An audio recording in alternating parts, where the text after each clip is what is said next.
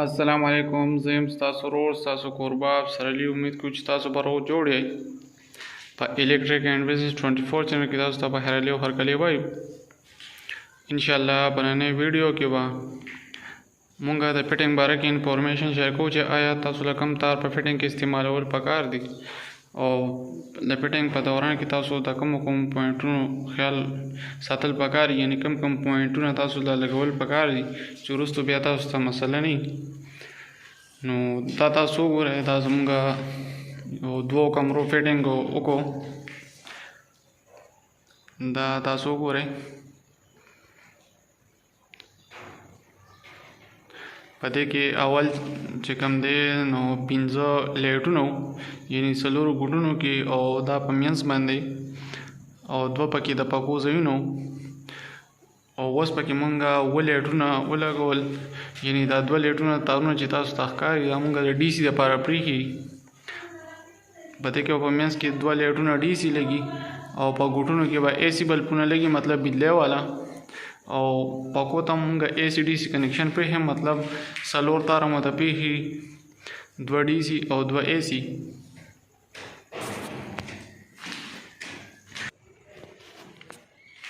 دا پکې د اے سی دپاره پوینټ دی، دا د واشروم دپاره.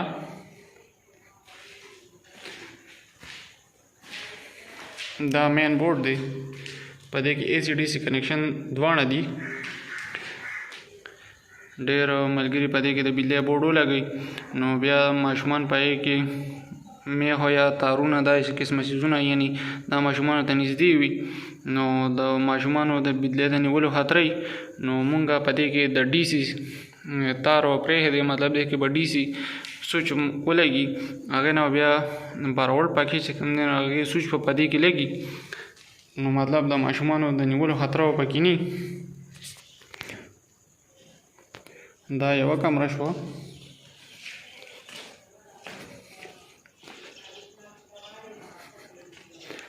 او دا دویمه کمره ده، دا هم په هغه طریقه باندې ده. دې کې صرف واشرومونه دي، د هغې د پاسه پکې یو اضافي لایټ دی او دا پکې د ټي وي دپاره بورډ دی. دغه د اے سی پوینټ دی، دا پکې د اگزاست پکې دپاره پوینټ دی او دا د مین بورډ دی. په بند فټینګ کې د ټول نه زیاته د تار او کوشش پکار چې پول ګیج یعنی ښه تار ولګي، ځکه چې په دې کې بیا وروستو کار بیا ډېر ګران وي. مطلب که یو تار خراب شي د هغې دپاره بیا ټولو تارونه چې کوم دی نو هغه واپس روباسي، یعنی ټایم پې ډېر زیات لګي. نو دا مونږ چې اوس کوم تار استعمال کوو نو دا پول ګیج تار دی 29 ګیج. دا تاسو وګورئ، دا د 729 تار دی. دا مونږ 729 329 او د ډي سي تار دپاره مونږ 27 مونږ د مین تار دپاره استعمال کوو، یعنی بوډونو ته چې کوم تار راځي 29 مونږ لایټونو ته ولګو او د 12 ولټ دپاره مونږ چې کوم دی نو دا 1.5 mm تار چې کوم دی نو دا مونږ لایټونو ته استعمال کوو او دا 2.5 mm چې کوم دی دا مونږ د مین 12 ولټ دپاره استعمال کوو، یعنی بوډونو ته چې په کمې کې 12 ولټ کرنټ راځي هغې دپاره مونږ دا 2.5 mm تار استعمال کوو او هغه هم په ښه ګیج کې.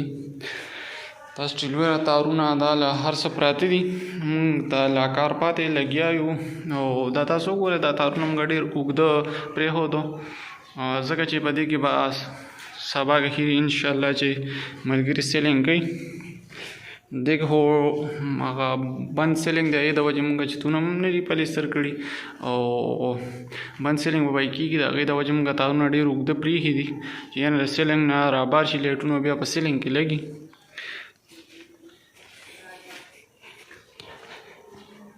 دا ملګرو سیلینګ سامان راوړی دی او انشاءالله چې د سبا نه به په دې کې بیا سیلینګ شروع کوي. نو مونږ لګیا یو د هغې د وجې فټینګ کوو دا زموږ مین بورډ دی او موږ لا لګیا یو کار کو. نو امید کوو چې ستاسو به د فټینګ پوینټونو باره کې او د خاص طور باندې د تارونو باره کې زده کړي کو. ویډیو مو خوښي نور ملګرو سره شیر کړئ. زموږ الیکټریک اینډ بزنس 24 چینل سبسکرایب کړئ او د بیل آیکن بټن ضرور وهئ چې زموږ د ملګرتیا دغه شان جاري وي. د الله په امان.